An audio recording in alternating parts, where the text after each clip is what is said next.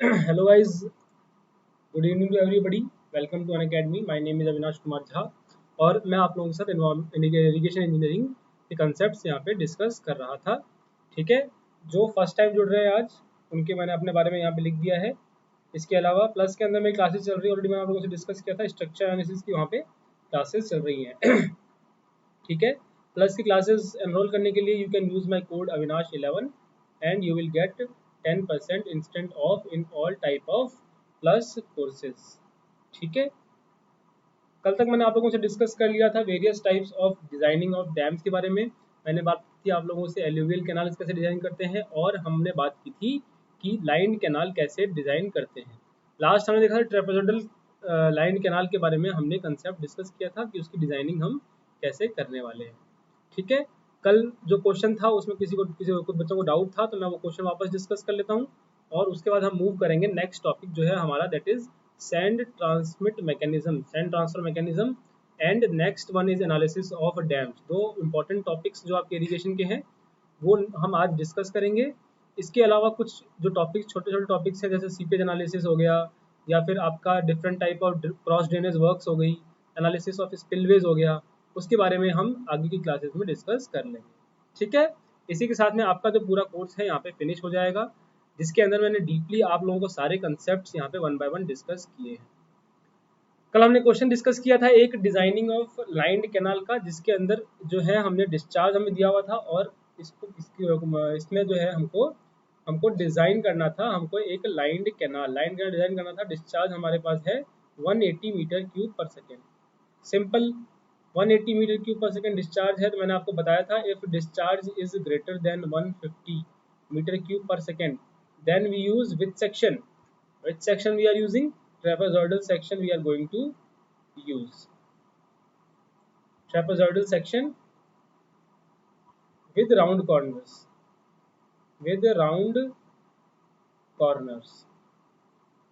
Okay, so this type of canal section we are going to use.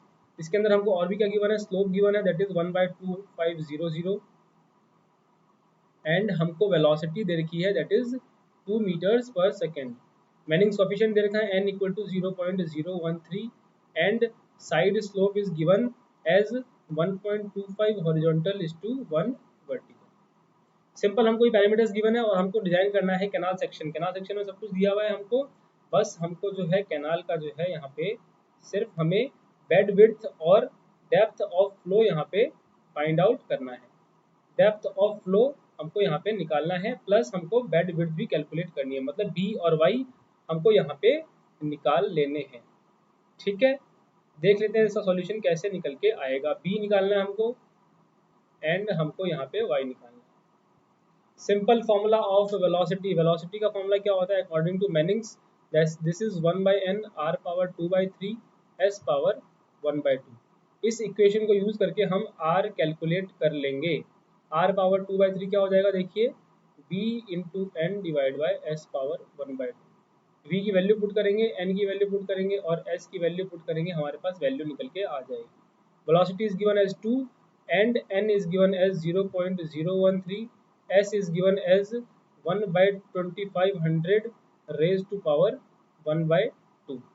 This value is coming out to be 1.3 निकल के आ रही है। इससे हमारा r क्या निकल के आ गया, 1.48 निकल के आ गया हाइड्रोलिक रेडियस। ठीक है जी, ये निकल के आ गया, कोई दिक्कत किसी को, बहुत बढ़िया। नेक्स्ट क्या करेंगे, हम एरिया कैलकुलेट कर लेंगे। Area is given by what, Q divide by V। Q हमारे पास कितना है 180, velocity is 2, this is 90 metre square is area. ठीक है, हमारे पास ये निकल के आ गया एरिया। सिंपल इक्वेशन हम यूज करेंगे एरिया का, that is BY plus Y square theta plus cot theta and perimeter का फॉर्मूला हमारे पास क्या है, this is B plus 2y theta plus cot theta. अब मैंने आप लोगों से कल बात की थी what is the value of theta. Theta मैंने आपको बताया था वाटर सरफेस से कैनाल के बीच में जो एंगल होगा दिस इज थीटा। ठीक है, यहाँ पे हमको क्या गिवन है, हमको गिवन है ये slope, this is 1.25 and this is 1। अगर ये थीटा है तो ये भी थीटा होगा, करेक्ट। मैं आपको ये ट्रायंगल बना के दिखाता हूँ। This is 1.25 horizontal is to 1 vertical, तो ये हमारे पास क्या है, थीटा निकल के आ गया। अगर मैं यहाँ से कॉट थीटा निकाल लूँ, कॉट थीटा क्या आ जाएगा, base upon perpendicular which will be equal to 1.25 divide by 1 that is 1.25। यहाँ से मैं क्या करूँगा, थीटा कैलकुलेट कर लूँगा। थीटा हमेशा किस में कैलकुलेट करना है, रेडियंस के अंदर कैलकुलेट कर लेना है, ठीक है। कॉट इनवर्स 1.25 निकालेंगे, वो हमारा रेडियंस में निकल के आ जाएगा, ठीक है।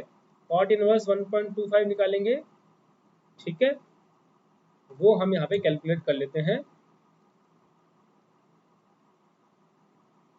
Into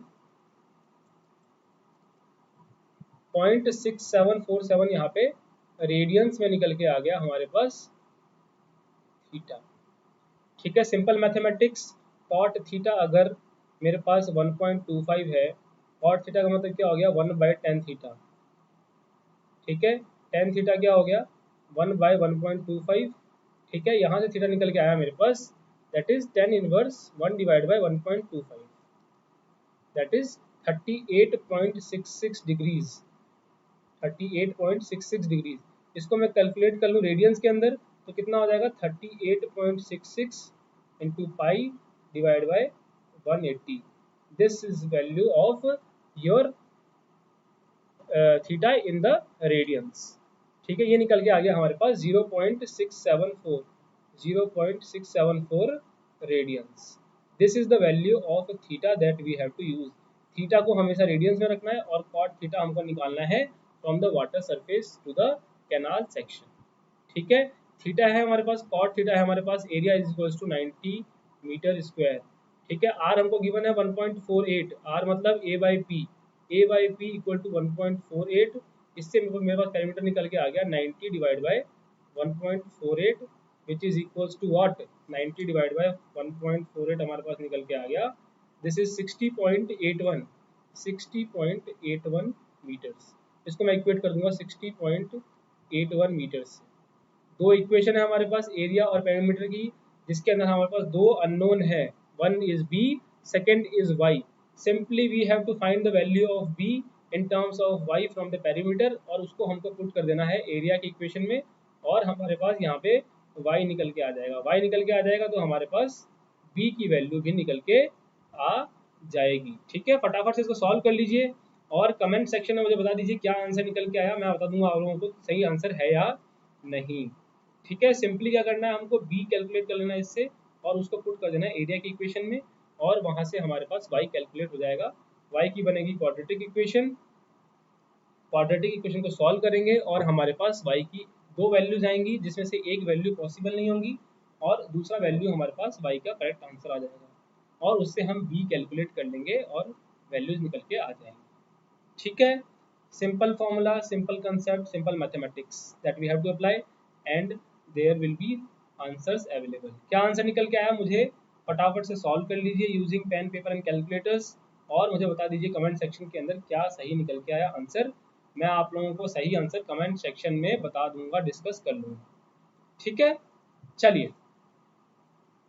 this was all about the designing of canals. Designing of canals यहाँ पे कंप्लीट हो गया। Next topic is sediment transport mechanism.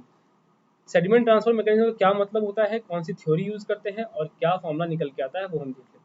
Sediment transport mechanism मैं आपको बताऊं, आप लोगों ने इरिगेशन की जितनी भी क्लासेस अभी तक की होंगी डिस्कस, आप लोगों ने मैक्सिमम देखा होगा सेडिमेंट ट्रांसपोर्ट मैकेनिज्म कोई नहीं डिस्कस कर रहा, ठीक है, क्योंकि this is the part of ES and gate.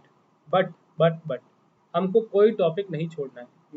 मेरा मानना ये है कि हम जो है तैयारी करेंगे अच्छे लेवल की, ठीक है। Smart study is good but we have to prepare for everything. Everything means everything, आसमान से गिरेंगे खजूर पे अटकेंगे। तैयारी करेंगे अच्छे लेवल की, एसएससी आराम से निकल जाएगा, ठीक है। तो आप यहाँ पे कंसेप्ट समझिए, मैं आप लोगों को सारी चीज़ें यहाँ पे डिटेल में डिस्कस कर दूंगा, then you will have no doubts available. कोई भी डाउट आता है तो आप लोग मुझसे डिस्कस कर सकते हैं, ठीक है।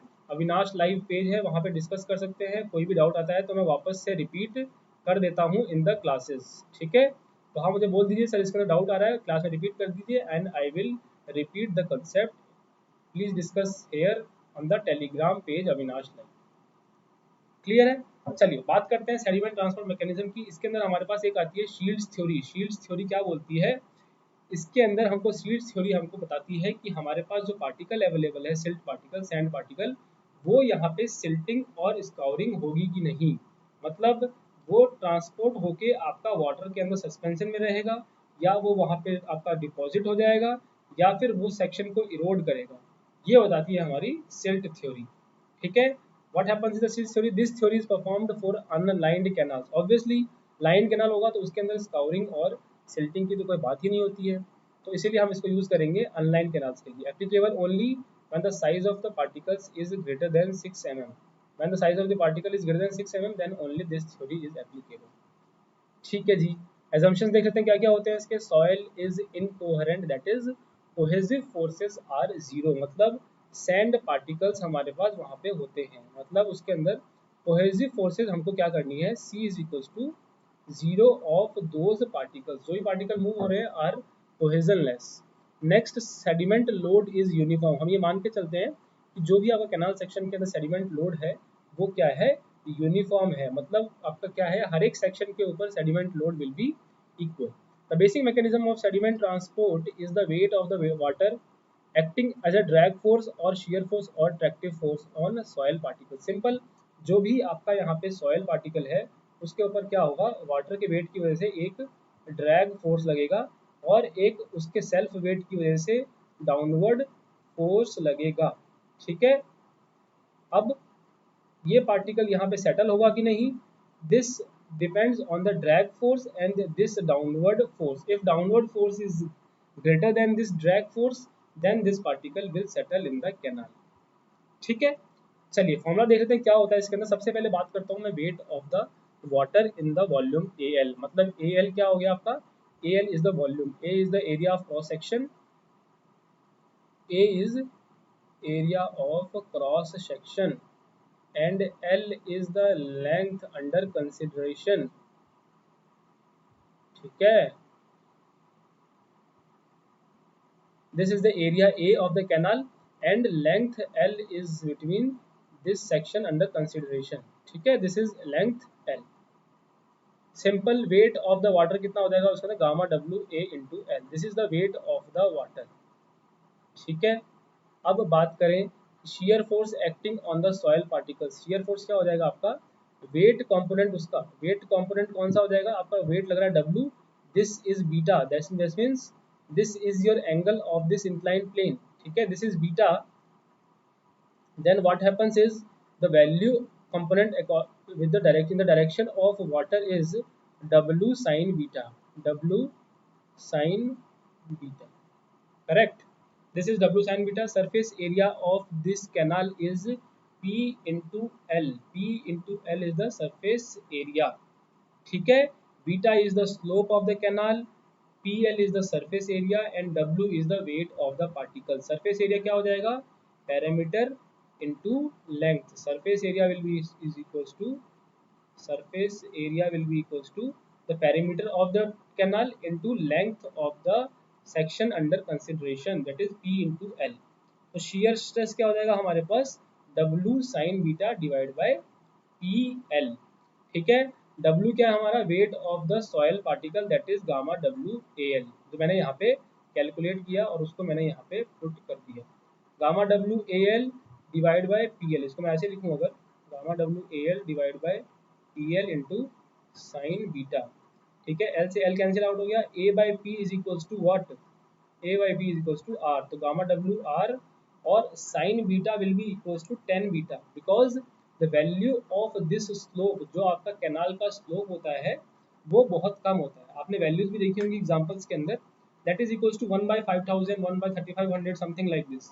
तो value of this beta is very less, that's why sine beta will be almost be equals to 10 beta. ठीक है, this will be equal to 10 beta. तो क्या हो जाएगा, gamma R into S, S is the slope, that is S equals to 10 beta. मतलब हमारे पास जो shear force लग रहा है पार्टिकल के ऊपर वो कितना लग रहा है, गामा RS। किसी भी सॉइल पार्टिकल पे कितना फोर्स लग रहा है, गामा RS। ठीक है, ये तो बात होगी कि जो wait of the soil particle था उस पर डिपेंडेंट शीयर स्ट्रेस कितना निकल के आएगा।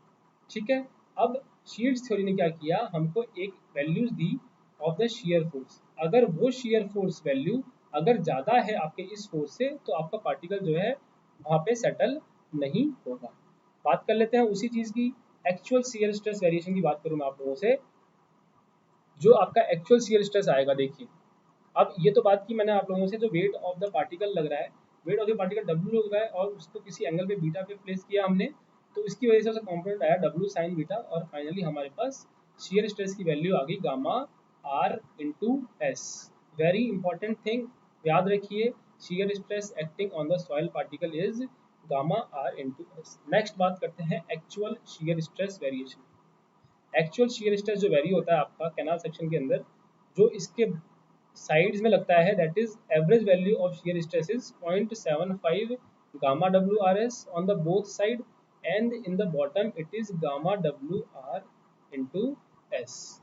This is average shear stress acting on the particles lying along canal bed.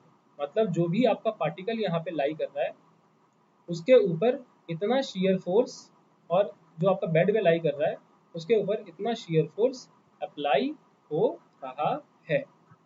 ठीक है, क्लियर है ये चीज। अब देखिए नेक्स्ट बात करते हैं, to prevent scouring, this is not scoring, this is scouring of soil particles lying on canal bed. जो भी आपका पार्टिकल कैनाल बेड पे लाई कर रहा है, मतलब जो भी पार्टिकल आपका यहाँ पे लाई कर रहा है, उसके लिए मैंने आप लोगों को अभी कैलकुलेशन करके दिखाई, that is shear force acting is gamma W R S. अब शील्ड थ्योरी के हिसाब से हमको एक शियर स्ट्रेस की वैल्यू दी जो shear strength of the soil particles को सिग्निफाई करती है। वो डिपेंड करती है उसकी स्पेसिफिक ग्रेविटी पे, उसके डाया पे। ठीक है, अब जो शियर स्ट्रेस जो पार्टिकल के ऊपर लग रहा है, जो कैनाल के बेड पे पड़ा है, अगर वो shear stress less than the shear strength of the soil particle है, then the scouring will be prevented. Why prevented? क्योंकि आपका जो भी पार्टिकल जो लाई कर रहा है कैनाल बेड के ऊपर, वो यहाँ पे रिमूव नहीं हो पा रहा है, because shear strength of that particle is less than the shear stress acting on the soil particle। ठीक है, simple thing, gamma W R S हमारे पास क्या लग रहा था, शियर स्ट्रेस लग रहा था पार्टिकल पे, शियर स्ट्रेस, और शियर स्ट्रेंथ जो है आपका that is given by the Shields as gamma W into D into 0.056 S S minus 1। S S is the specific gravity of the soil particle. इसको simplify करेंगे तो हमारे पास निकल के आएगा D is greater than R S divide by 0.056 S S minus 1। Further simplify करेंगे, S S की वैल्यू सॉइल पार्टिकल के लिए होती है 2.6, तो हमारे पास क्या निकल के आएगा, very important concept, very important point, D is greater than 11 R S. Means मतलब क्या हुआ इसका, if the diameter of the soil particle that is coming in the water, if greater than 11 into r into s, that means 11 times of the hydraulic radius into the slope of the bed, तब क्या होगा, आपका जो soil particle है वो scour नहीं होगा if this dia is greater than 11 R S. Direct आपको क्वेश्चन देखने को मिलेगा इसका। मैंने आपको तो ये डेरिवेशन बताया, बिल्कुल डीप में कंसेप्ट बताया, आपको बाकी जगह आपको सिर्फ ये फॉर्मूला देखने को मिलेगा, that is when dia is greater than 11 R S then there will be no scouring in the canal section. पर वो आया कहाँ से, कंसेप्ट क्या उसका, वो मैंने आप लोगों से डिस्कस कर लिया। ठीक है, इसको याद रखिए, that is D is greater than 11 rs। okay, and for designing what we have to calculate the radius, that is hydraulic radius should be greater than d by 11s। मतलब अगर मैं यहाँ पे d के साइज को very भी कर लूँ तो मैं उसके हिसाब से अपना r वेरी कर लूँगा, ताकि जो है मेरा r जो है जो बड़ा आ जाए d by 11s। ठीक है, क्लियर है ये चीज। This is on the canal bed. ये बात होगी आपकी कैनाल बेड की, कि कैनाल बेड के ऊपर हमको ये केस कंसिडर करना था, उसके अंदर हमारे पास ये केस निकल के आया। अब हमें पार्टिकल कंसिडर करना है on the canal side slopes. Side slope पे अगर हमारे पास बात करें, मैंने आप लोगों से बात की, the average shear stress acting is will equal to 0.7 times of gamma W R S, 0.75 times of gamma W R S. This should be less than gamma W D into 0.056 s minus 1 into under root of 1 minus sine square phi upon sine square beta. Phi is what? Phi is friction angle of soil. Friction angle of soil.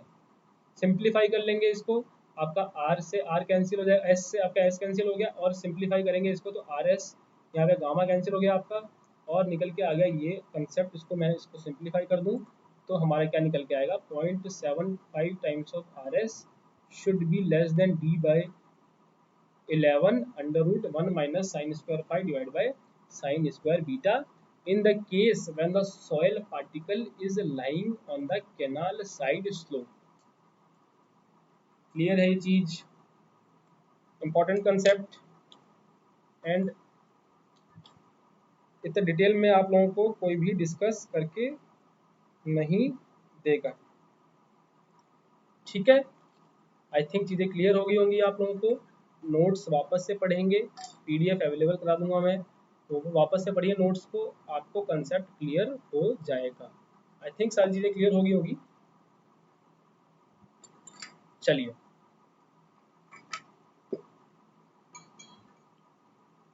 ठीक है, ये बात करी मैंने आप लोगों से shields theory की. This is based on the shields theory concept.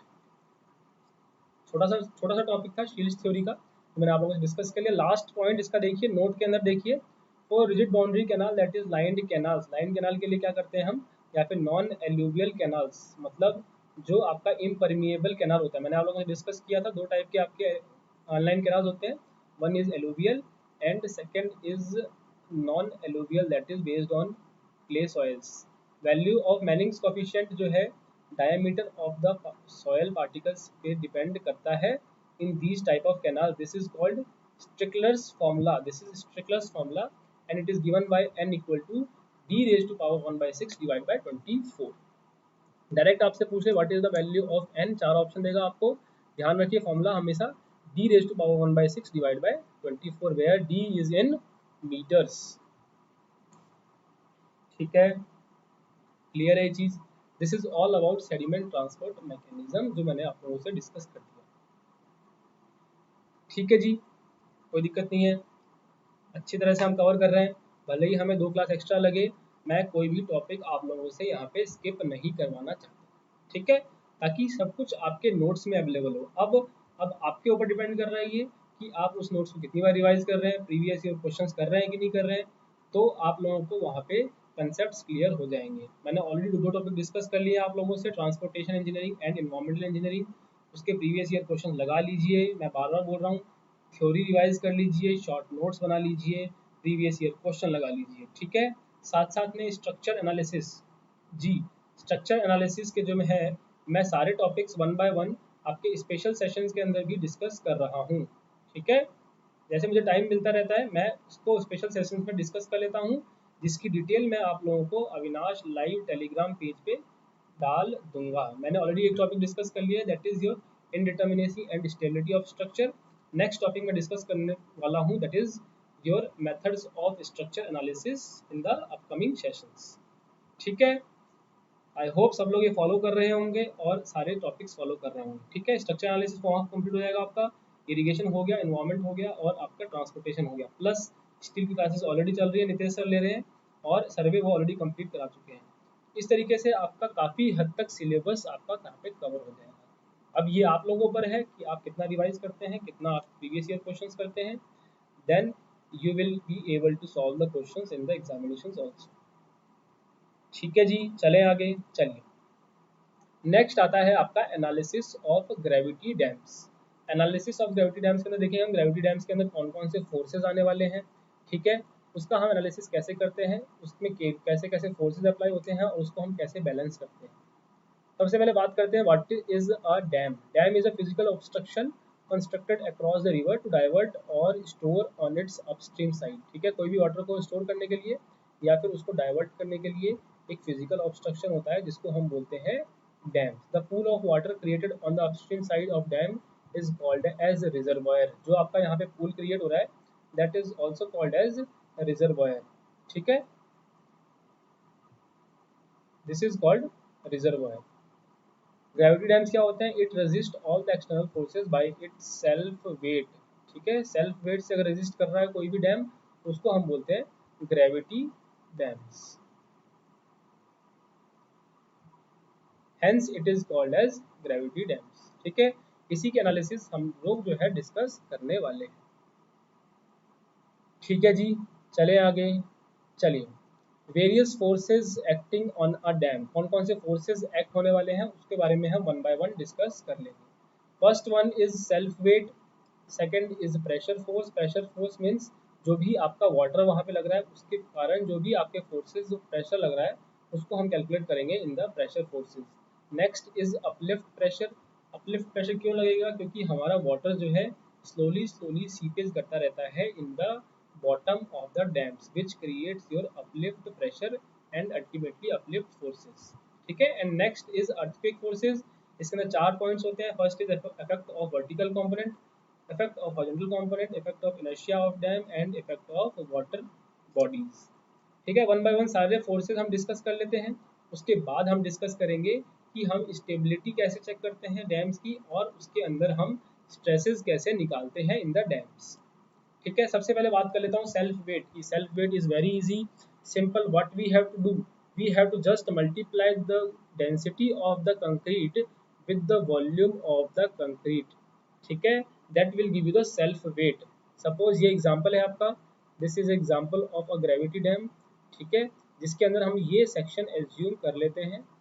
ठीक है, और इस सेक्शन को मैं यहाँ पे दिखाऊँ आपको, तो this section is can be divided into 2 parts. ठीक है, इसको 2 पार्ट में डिवाइड कर लिया मैंने।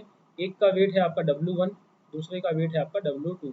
Simply W1 is equal to gamma C, that is density of concrete into A1। A1 is this area, A1 is this area। simple, very simple, this area is A1, this is A1, and the second portion that is dotted is A2, this is A2। ठीक है, W1 निकालेंगे, W2 निकालेंगे, total weight is summation of all the weights that is W। ठीक है, this is all about self weight. Simple, concrete की density से multiply कर देंगे वॉल्यूम को, और इसका जो हम लेंथ एज्यूम करेंगे वो हम यहाँ पे यूनिट एज्यूम कर लेंगे। Length is assumed as unit, मतलब पर यूनिट लेंथ हम यहाँ पे वेट कैलकुलेट कर लेंगे। ठीक है, नेक्स्ट इज प्रेशर फोर्स। ठीक है, प्रेशर फोर्स देखिए क्या हो जाएगा यहाँ पे, प्रेशर फोर्स आपका हो जाएगा gamma W H square by 2। Simple simple simple, आपने फ्लूइड मैकेनिक्स में पढ़ा होगा, the variation of this pressure force is gamma W H from 0 at the top and gamma W capital H at the bottom. Simple, आपको pressure force calculate करना हो, pressure force अगर calculate करना हो तो कैसे निकाल लेंगे, simply that is equals to 1/2 into gamma w into h, that is gamma w h square by 2। this is on the upstream side, this is on the upstream side, this is upstream। ठीक है, upstream side पे हमारा क्या हो जाएगा, gamma W capital H square by 2। अगर downstream side की बात करूँ मैं आपसे, स्मॉल एच इसकी हाइट है, this is small H here, तो आपका प्रेशर फोर्स कितना हो जाएगा, P2 on the downstream side will be equals to gamma w small h square divided by 2। ठीक है, this is the two pressure acting on the gravity dam. ठीक है, next is uplift pressure. Uplift pressure दो type से होंगी, जब आपका जो है ड्रेनेज गैलरी प्रोवाइडेड है, दूसरा आपका जब आपका ड्रेनेज गैलरी नहीं प्रोवाइडेड है। पहले केस के अंदर when drainage gallery is not provided, when drainage gallery is not provided, gallery is not provided। ठीक है, इस केस में क्या होगा, आपका अपलिफ्ट प्रेशर कैसे वेरी करेगा, देखिए जहाँ पे आपका कैपिटल एच है मतलब अपस्ट्रीम साइड में, वहाँ पे आएगा आपका gamma W into capital H, और जो आपका डाउनस्ट्रीम साइड है जहाँ पे स्मॉल एच आपका हाइट है, वहाँ कितना हो जाएगा, gamma W into small H. और इस तरीके से कुछ आपका वेरिएशन हो जाएगा ऑफ द आपका अपलिफ्ट प्रेशर। ठीक है, अपलिफ्ट प्रेशर का इस तरीके से कुछ वेरिएशन हो जाएगा। अगर आपका ड्रेनेज गैलरी प्रोवाइडेड कर दिया मैंने, ठीक है, सच दैट आपका यहाँ पे जो भी वाटर आएगा वो यहाँ पे ड्रेनेज गैलरी में इकट्ठा होकर हम रिमूव कर सकते हैं। इस वजह से क्या हो जाएगा, हमारा अपलिफ्ट प्रेशर यहाँ पे डिक्रीज हो जाएगा। जो हमारा एक्चुअल इफेक्टिव प्रेशर आएगा वो इस तरीके से वेरी करेगा। यहाँ पे आपकी वैल्यू आएगी gamma W into capital H, ठीक है। फिर ये आपका लीनियरली वेरी करता हुआ जो आपकी यहाँ वैल्यू आएगी that is gamma W into small H. ध्यान रखिए this is not capital H, this is small H, gamma W into small H plus 1/3 of gamma W H minus H. इसको ध्यान रखिए, काफ़ी इंपॉर्टेंट कंसेप्ट है। Gate 2016 के अंदर आपसे क्वेश्चन पूछ लिया था, कैपिटल एच स्मॉल एच दे दिया था और ड्रेनेज गैलरी की डिस्टेंस दे दी थी फ्रॉम वन एंड, और आपको टोटल अपलिफ्ट प्रेशर निकालना, ठीक है। तो आपको ये ऑर्डिनेट पता होना बहुत जरूरी है। This ordinate will be equal to gamma W H that is small H plus 1/3 gamma W capital H minus small H, and last ordinate will be gamma W small H, and this total area will be equals to your uplift pressure. इसका area निकाल देंगे तो हमारे पास uplift pressure आ जाएगा per unit length, ठीक है। As per recommendation of USBR, value of uplift pressure at the location of drainage gallery is independent of the location of drainage gallery and is given by gamma W small H plus 1/3 gamma W H minus H. Most important concept इसका यही है, तो मैंने आप लोगों को language में भी यहाँ पे लिखवा दिया नोट्स के अंदर, ठीक है। क्लियर है, चलें आगे। अपलिफ्ट प्रेशर के बारे में ये मैंने आप लोगों से बात की। नेक्स्ट जो बात की मैंने आप लोगों से, ड्रेनेज गैलरी की जो डिस्टेंस है वो जितनी पास रहेगी आपकी अपस्ट्रीम के, उतनी ही आपकी वहाँ पे ड्रेनेज की जो अपलिफ्ट प्रेशर है वो आपका मिनिमम रहेगा, ठीक है। तो ये आपका एक पॉइंट याद रखिए एज अ नोट, नोट के अंदर याद रखिए ये फॉर्मूला जो कंसेप्ट है, that is drainage gallery should be provided as close to the upstream as possible to have minimum uplift pressure, ठीक है, and this will be the variation of the uplift pressure, ठीक है। चलिए next is earthquake force, ठीक है। Earthquake force के अंदर क्या प्रेशर फॉर्मूला निकल के आता है, that is equals to K into G, ठीक है, and the vertical pressure will be equal to 15% of the horizontal forces of the horizontal forces, ठीक है। के क्या होता है आपका, K is the seismic coefficient where K is given by beta I P naught. Beta is soil system foundation factor, I is the importance factor and P naught is the basic seismic coefficient, ठीक है। Basic formulas हैं, direct formula based question आपको देखने को नहीं मिलते हैं SSC के अंदर, ठीक है। अर्थक्वेक फोर्सेज के बारे में क्वेश्चन अभी तक नहीं पूछा गया है, लेकिन इस टाइप के फोर्सेज अप्लाई हो रहे हैं स्ट्रक्चर पे, तो मैंने आप लोगों से डिस्कस करना जरूरी समझा। ये आपका अर्थ अगर है इस तरीके से, एंड दिस इज फोकस और what we call also known as your hypocentre, and just above this point at the earth is called epicentre, ठीक है। And this is your reaction that is vertical acceleration, these are break into two component vertical and horizontal acceleration, ठीक है, and the value of horizontal forces is equals to k into g, ठीक है। Next is effect of vertical component of earthquake acceleration. Simple क्या करेगा, आपका जो vertical acceleration है net weight को यहाँ पे डिक्रीज कर देगा, ठीक है। Due to earthquake acting downward on initial force in the upward direction is acting, एक इनिशियल फोर्स आपका अपवर्ड डायरेक्शन के अंदर एक्ट होगा, and due to which effective weight of the dam reduces and hence stability of dam also reduces. मतलब क्या हो गया कि अगर अपवर्ड कंपोनेंट आपका जो आएगा अर्थक्वेक एक्सेलरेशन का, वो आपके net wait of the gravity dam को डिक्रीज करेगा। नेट वेट डिक्रीज हो रहा है मतलब स्टेबिलिटी भी वहाँ पे डिक्रीज हो जाएगी, ठीक है जी।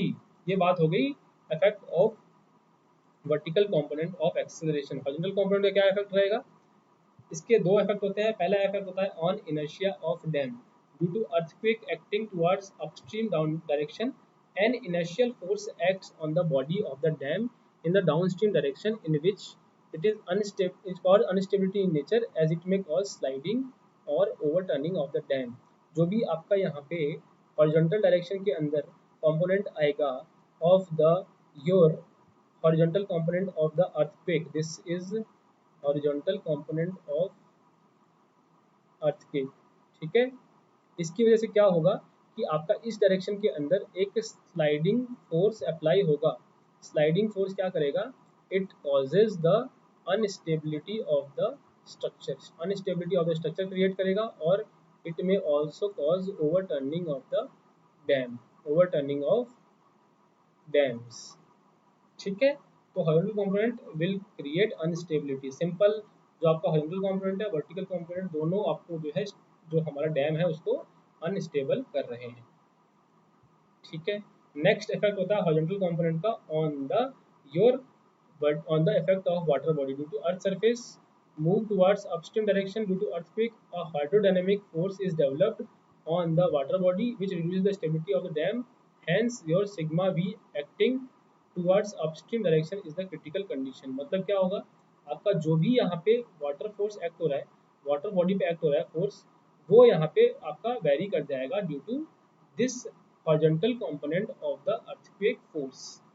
ठीक है, PHD is the hydrodynamic pressure force that is equals to 0.455 times of K gamma W K into H into L। K is the seismic coefficient। ठीक है, ये बात होगी डिफरेंट फोर्सेज की। मैंने आप लोगों से मेनली बात करी, first was the self wait, second was the pressure forces, third was the uplift pressure, and last was the earthquake forces. Earthquake forces के दो कंपोनेंट थे, vertical and horizontal. Vertical force आपका क्या कर रहा था, वहाँ पे वेट को रिड्यूस कर रहा था, जिसकी वजह से आपका स्ट्रक्चर जो है अनस्टेबल हो रहा है। हॉरिजॉन्टल कंपोनेंट के दो पार्ट्स होंगे, पहला इफेक्ट होगा उसका आपका sliding of the gravity dam के ऊपर। स्लाइडिंग आपका क्यों होगा, क्योंकि एक हॉरिजॉन्टल कंपोनेंट जो है वो उसको क्या करेगा, स्लाइड या फिर ओवरटर्न करने की कोशिश करेगा। सिमिलरली वाटर बॉडी के ऊपर क्या करेगा, एक हाइड्रोडायनेमिक प्रेशर फोर्स क्रिएट होगा जिसकी वैल्यू होगी 0.55 gamma W K into H into L. ठीक है, where K is the seismic coefficient and this value will lead to the unstability of the gravity dams. ठीक है जी, क्लियर है। 0.55 K gamma W into H into L, ध्यान रखिए आपसे direct value भी पूछ लेता है कई बार। ठीक है, नेक्स्ट बात कर लेते हैं हम एनालिसिस ऑफ ग्रेविटी डैम के अंदर डिफरेंट स्टेबिलिटी फैक्टर्स। मतलब आपके जो मोमेंट लग रहा है, जो स्लाइडिंग फोर्स लग रहा है, वो कितनी होनी चाहिए, और ताकि आपका जो स्ट्रक्चर है, जो आपका ग्रेविटी डैम है, वो स्टेबल रहे, उसकी हम बात कर लेते हैं। मतलब डिफरेंट मोड्स ऑफ फेलियर की यहाँ पे हम बात कर लेते हैं। First one is overturning mode of failure. Overturning का मतलब क्या हो गया, सिंपल, जो भी आपका मोमेंट अप्लाई हो रहा है to overturn this particular dam, वो इतना ज़्यादा हो जाए कि आपका जो है रेजिस्टिंग मोमेंट जो है, रीस्टोरिंग मोमेंट उससे ज़्यादा हो जाए, तब आपका डैम क्या कर जाएगा, वहाँ पे ओवरटर्न कर जाएगा। सिंपल, इसका फैक्टर ऑफ सेफ्टी क्या आ जाएगा, moment restoring divide by moment overturning that should be greater than 1। For designing this factor of safety equal to 1.5। ठीक है, अब बात करूं मैं कि मोमेंट ऑफ रीस्टोरिंग कौन कौन सा होगा, due to self weight. Due to self weight आपका जो है ग्रेविटी डैम क्या करेगा, वापस से रीस्टोर करेगा, रीस्टोरिंग मोमेंट क्रिएट होगा। अगर बात करें ओवरटर्निंग मोमेंट किसकी वजह से आएंगे, due to pressure forces. Pressure force क्या करेगा, उसको ओवरटर्न करने की कोशिश करेगा। जो आपका अपलिफ्ट फोर्स आएगा, अपलिफ्ट फोर्स आएगा, वो भी उसको ओवरटर्न करेगा। इसके अलावा जो भी आपके अर्थक्वेक फोर्सेज आएंगे, अर्थक्वेक फोर्सेज आएंगे, वो भी उसको ओवरटर्न करने में हेल्पफुल होंगे। मतलब जितने भी आपके ओवरटर्निंग मोमेंट आएंगे उसको हम ऐड कर लेंगे, that will be am not, और जितने भी आपके रीस्टोरिंग मोमेंट आएंगे उसको हम कैलकुलेट कर लेंगे एम आर, और फैक्टर ऑफ सेफ्टी निकाल लेंगे, that is moment resisting divide by moment overturning, this should be greater than 1 and for designing it should be equal to 1.5। ठीक है, this is about overturning mode of failure। next is sliding mode of failure। sliding का मतलब क्या हो गया, जो भी आपका horizontal component लग रहा है फोर्स का, वो जो है आपके फ्रिक्शन फोर्स को ओवरकम कर जाए, तब जो है आपका जो डैम है वो क्या करेगा, स्लाइड कर जाएगा। मतलब as a whole this structure will start moving और स्लाइडिंग इन पर्टिकुलर डायरेक्शन। ठीक है, to prevent this restoring moment, और I would say friction force. ठीक है, in this case the restoring moment और restoring force is what, friction force. ठीक है, friction force should be greater than equal to sliding force. Friction force is greater than equal to summation of horizontal forces. जो भी आपका sliding force लग रहा है that is summation of horizontal forces. मतलब क्या हो जाएगा, आपका friction force mu times of vertical component of all the forces should be greater than equal to summation of all the horizontal forces. Vertical forces के अंदर कौन कौन से आ जाएंगे आपके? सिंपल योर सेल्फ वेट इसके अंदर आपका आ जाएगा, ठीक है। हॉरिजॉन्टल कंपोनेंट के अंदर कौन कौन से हो जाएंगे? आपका प्रेशर फोर्स आ जाएगा, अर्थक्वेक फोर्स आ जाएगा, ठीक है। और समीशन ऑफ वी के अंदर सेल्फ वेट के अलावा क्या होगा? अपलिफ्ट प्रेशर भी हमको कंसीडर करना पड़ेगा। अपलिफ्ट फोर्स क्या करेगा?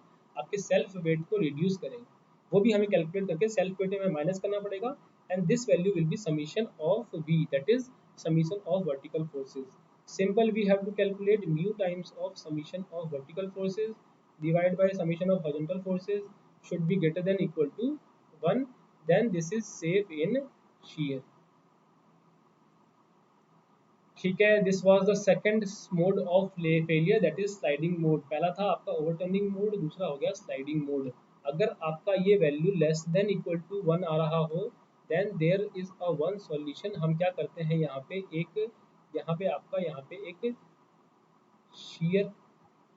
शीयर कनेक्टर यहाँ पे यूज करते हैं, ठीक है। जिससे क्या होता है, आपका जो ये इफेक्टिव एरिया इंक्रीज कर देता है और आपका यहाँ पे शीयर फोर्स वैल्यू यहाँ पे रिड्यूस हो जाती है, फ्रिक्शन फोर्स इंक्रीज हो जाती है। तो this is one of the solution to increase the factor of safety against the sliding mode of failure, ठीक है।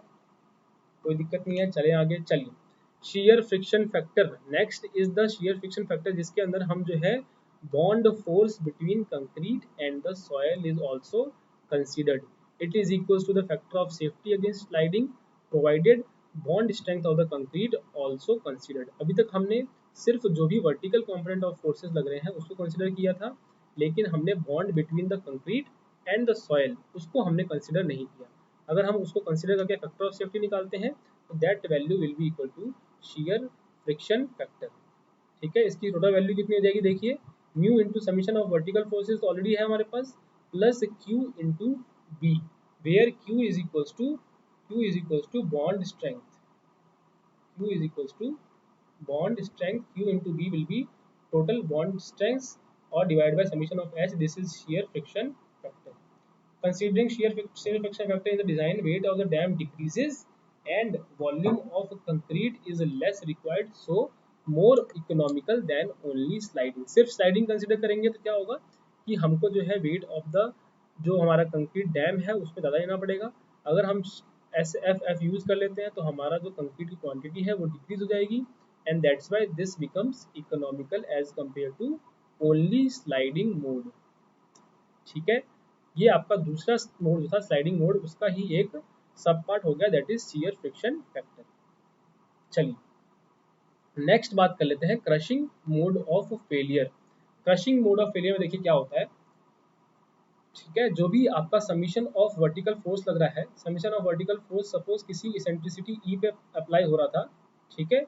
यहाँ पे आपका summation of vertical force apply हो रहा था इसेंट्रिसिटी ई पे, उसको मैंने सेंटर पे शिफ्ट कर दिया, that is summation of vertical force, and there will be a moment, that is summation of vertical force into eccentricity E, ठीक है। आपका एक साइड है इसके अंदर B, that is width of the dam, और लेंथ ऑफ द डैम हमने 1 metre यहाँ पे एज्यूम कर लिया। सिंपल हम यहाँ पे यूज करेंगे your pure bending formula, that is m upon I into y, sigma is equals to m upon I into y। इससे यूज करके हम स्ट्रेस की वैल्यू निकाल लेंगे on the toe and on the heel, ठीक है। And that stress value should not be greater than sigma permissible, that is permissible stresses of the concrete, ठीक है। देख लेते हैं इसको। Simple, your bending stress on the toe will be equal to m upon I into y। This is equals to, अगर मैं यहाँ पे आपको बताऊं तो this is summation of vertical force into eccentricity into b by 2 that is the farthest point from the centre, divide by inertia, that is b4 by 12। इसको solve करेंगे तो हमारे पास क्या निकल के आ जाएगा, ये फॉर्मूला निकल के आ जाएगा, that is 6 into summation of vertical force into E divide by b square, ठीक है। क्लियर है ये चीज? चले आगे। चलिए, ये बात करी मैंने आप लोगों से, जो हमारे पास वैल्यू ऑफ शियर स्ट्रेस, हमारे पास बेंडिंग स्ट्रेसेस निकल के आएंगी टो के ऊपर, वो मैंने आप लोगों से यहाँ पे डिस्कस कर लिया। ठीक है, चलिए यहाँ पे आपका आएगा, यहाँ आपका बेंडिंग स्ट्रेस आपका हील पे क्या बन गया, 6V summation V E into divide by B square. ठीक है, और यहाँ पे आपका रिजल्टेंट वर्टिकल स्ट्रेस क्या हो जाएगा, आपका axial stress at the toe plus bending stress, मतलब summation of vertical forces divide by B plus 6 into summation of vertical force into E divide by B square. ठीक है, क्लियर है ये चीज। चलें आगे। तो ये हो गई आपका टोटल आपका स्ट्रेस जो निकल के आया at the toe of the gravity dam, मतलब क्या निकल के आ गया, देखिए ये summation of vertical force divide by B 1 plus 6E divide by B, and this value should not be greater than permissible stresses. Next बात कर लेता हूँ मैं हील पे। सिमिलरली मैं हील पे कैलकुलेट कर लूंगा। तो हील के केसेस में क्या हो जाएगा, हमारे पास वहाँ पे टेंसाइल स्ट्रेसेस क्रिएट होंगी, तो मैं उसको माइनस ले लूंगा, and this will be equals to summation of vertical forces divide by B 1 minus 6E by B. Simple concept जो आपने स्ट्रेंथ ऑफ मटेरियल्स के अंदर पढ़े हैं वही कंसेप्ट यहाँ पे यूज हो रहे हैं। ठीक है, every concept is connected in the civil engineering. कोई भी कंसेप्ट कहीं भी आपको यूज हो सकता है। This is the concept derived in the strength of material। Simple, अगर यहाँ पे आप देखिए, if your E is less than B by 6 and E is less than B by 6, then what happens is 6E by B is less than 1 and 1 minus 6E by B is greater than 0। मतलब आपका जो आपका heal पे आएगा stress, that will be compressive. ठीक है, तो आपका पहला केस बन जाएगा इसके अंदर। Suppose this is first case, तो this is the diagram for the first case, जिसके अंदर आपका हील भी कंप्रेशन में है और टो भी कंप्रेशन के अंदर है। तो टोटल वेरिएशन आपका इस तरीके से आ जाएगा कि आपका टोटल जो है यहाँ पे कंप्रेशन के अंदर आपका स्ट्रक्चर है। दूसरा, अगर E equal to B by 6 है तो क्या हो जाएगा, आपका हील के अंदर जो है यहाँ पे स्ट्रेस जो है 0 हो जाएगा, टो में आपका स्ट्रेस जो है वो कंप्रेशन में रहेगा। This is second case. Similarly third case के अंदर, if E is greater than B by 6, then what happens is heel is under tension and toe is under compression in the third case। ठीक है, ये बात होगी आपकी crushing stresses की। Different stresses जो लगने वाले हैं हील और टो पे वो हमने कैलकुलेट कर लिए। ठीक है, परमिसिबल स्ट्रेसेस को कंपेयर कर लेंगे और वैल्यू निकल के आ जाएगी। चलिए नेक्स्ट बात कर लेते हैं कि जो हमारे पास वहाँ पे प्रिंसिपल स्ट्रेस आएगा वो हम कैसे कैलकुलेट करेंगे। ठीक है, this is the deepest we can go in the your analysis of gravity dam. Suppose this is your gravity dam. ठीक है, जिसके अंदर यहाँ पे हाइट है आपकी h and at the tail this is height h। हमने क्या किया, एक इनफाइनाइटिसिमल स्ट्रेस एलिमेंट कंसिडर कर लिया एट टो। एट टो पे मैंने क्या किया, यहाँ पे कुछ इस तरीके से एक एलिमेंट कंसिडर किया बहुत छोटा सा, और जिसका मैं आपको एक बड़ा व्यू यहाँ पे दिखा रहा हूँ। इसके अंदर अभी कौन कौन सी स्ट्रेस एक्टिंग हो रही है, एक सिग्मा 2 आपका एक्ट हो रहा है, सिग्मा 1 एक्ट हो रहा है। एक तो due to your this water, ये जो आपका वाटर है इसके कारण क्या हो रहा है, एक सिग्मा 1 एक्ट हो रहा है परपेंडिकुलर टू दिस एलिमेंट। एक आपका सिग्मा 2 एक्ट हो रहा है, that is due to this water in the tail end. ठीक है, इसके कारण सिग्मा 2 आ रहा है, इसके कारण आपका क्या आ रहा है, सिग्मा 1। ठीक है, these are the principal stresses and this is sigma vertical toe. ठीक है, जो हमने अभी कैलकुलेट किया। सिंपल क्या करेंगे हम, वर्टिकल कंपोनेंट के अंदर y0 फॉर्मूला जो है उसमें क्या करेंगे, summation of vertical forces equals to 0 put कर देंगे। This angle is alpha, this angle is alpha. यहाँ पे हमारे एलिमेंट के अंदर क्या हो जाएगा, this angle will become alpha. Simple, we have to put summation of forces in the y direction equal to 0 sigma 1 cos alpha into 1 cos alpha.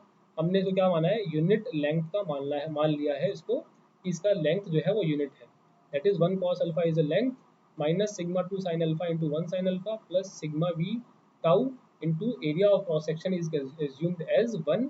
तो this summation of forces equals to 0 for the equilibrium.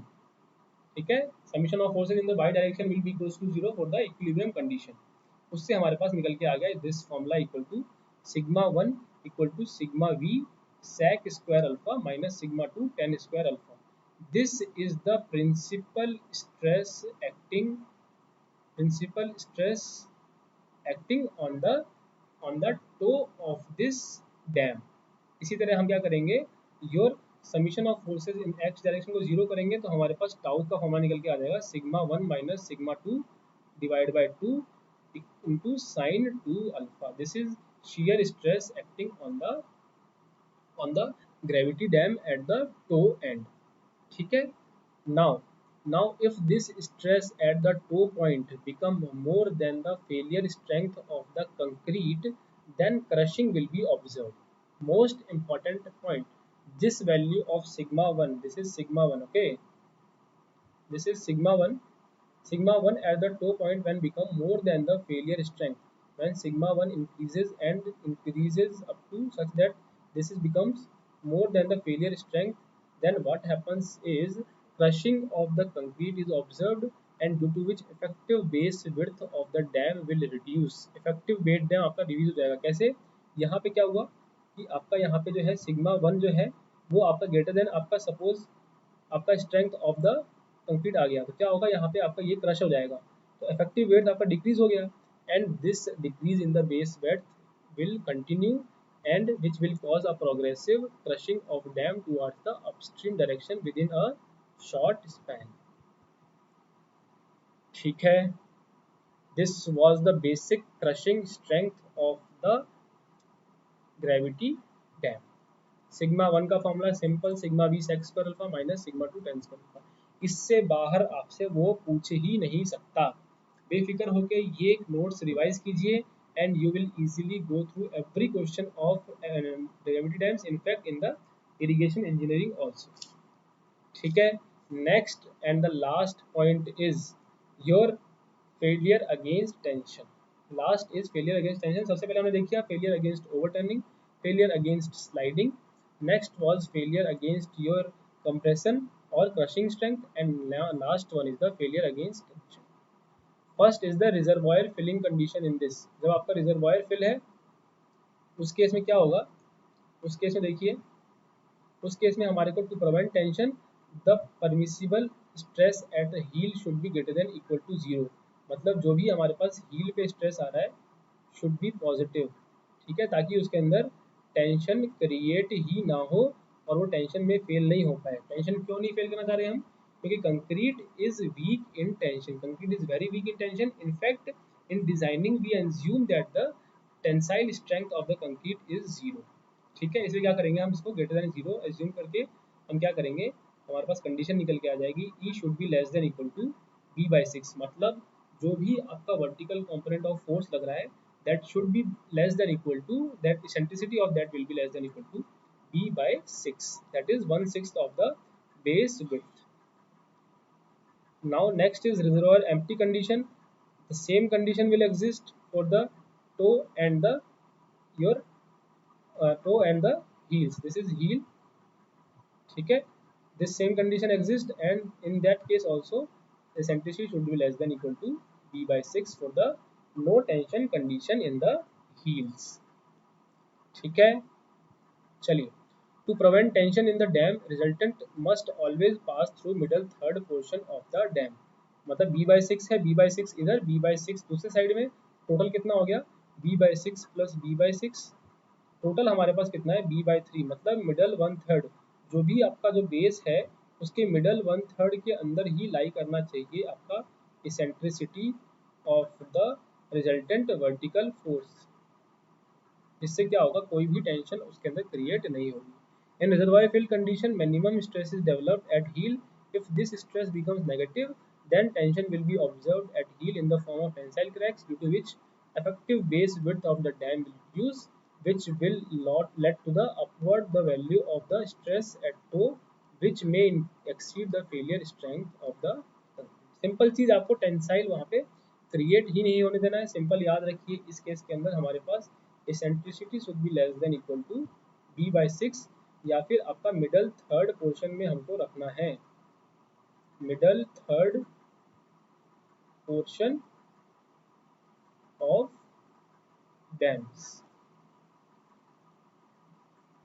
ठीक है जी, कोई दिक्कत किसी को, कोई दिक्कत है तो आप मुझे कमेंट सेक्शन में लिख के बता दीजिए, या फिर मुझसे अविनाश लाइव पेज पे जुड़ जाइए। और वहाँ पे मुझसे डिस्कस कर लीजिए, ठीक है। कोई भी डाउट होगा मैं आप लोगों को वहाँ पे क्लियर कर दूंगा। यहाँ पे जो है आपका analysis of gravity dams complete हो जाएगा। छोटे छोटे तो आपके 3-4 टॉपिक्स बाकी हैं, मैं आपसे बात करूँ। First one is seepage analysis, second is your बात करूँ मैं आप लोगों से वेरियस सीपेज एनालिसिस के बाद में हम लोग बात करेंगे various cross drainage works, spillways की बात करेंगे हम, कौन कौन से स्पिलवेज होते हैं, बेसिक इंट्रोडक्शन स्पिलवेज का हम पढ़ लेंगे। और आपके जो टॉपिक्स है यहाँ पे फिनिश हो जाएंगे ऑफ द इरिगेशन इंजीनियरिंग, ठीक है। हार्डली 1 और 2 class will be taken more for the irrigation engineering. फिर मैं लास्ट क्लास में आप लोगों से जो है मेन क्वेश्चंस जो है मैं आप लोगों से डिस्कस कर लूँगा, ऑब्जेक्टिव क्वेश्चंस, ठीक है। जितने भी ऑब्जेक्टिव क्वेश्चंस आए हुए हैं उनमें से जो इंपॉर्टेंट क्वेश्चंस हैं जो हमारे एसएससी के अंदर बाद में पूछे जा सकते हैं वो मैं आप लोगों से डिस्कस कर लूँगा, ठीक है। आज की क्लास के अंदर हमने एनालिसिस ऑफ ग्रेविटी डैम पढ़ा। थोड़ा आपको न्यूमेरिकल पार्ट है इसके अंदर, आपको समझने में थोड़ी सी आसानी रहेगी। फिर भी आप लोगों को कोई दिक्कत आती है, you can comment here, you can comment on your telegram page that is Avinash live, ठीक है। इसके अलावा स्ट्रक्चर एनालिसिस की क्लासेस में चला रहा हूँ, you can study on the plus, और कुछ बेसिक कंसेप्ट्स मैं आप लोगों से स्पेशल क्लास में भी डिस्कस कर रहा हूँ। For joining special class, you can obviously use my code Avinash11 to get 10% off on all plus courses. ठीक है, क्लियर है ये चीज़, कोई दिक्कत नहीं है। चलिए, thank you very much for joining today and we will discuss next topic tomorrow. Be available at 6:30 PM sharp and I will be updating the updates on the Telegram page. अपना ख्याल रखिए, स्वस्थ रहिए, be safe and stay at home only until the next orders। देखिए next order क्या आता है, and that will decide the your future of the exams, ठीक है। 3rd मई के बाद हमें पता लगेगा कि एक्चुअल सिचुएशन क्या होने वाली है, तो आपका एग्जाम डेट्स क्या रहेंगी वो उस पर डिपेंड करेगा, ठीक है। तब तक वेट कीजिए, तब तक पढ़ाई कीजिए, जितने भी टॉपिक्स डिस्कस कर रहे हैं वो फॉलो कीजिए, नोट्स फॉलो कीजिए, प्रीवियस ईयर क्वेश्चन लगाइए, कोई डाउट है तो मुझसे पूछ लीजिए। Thank you very much for joining, see you soon and will be available in the next class.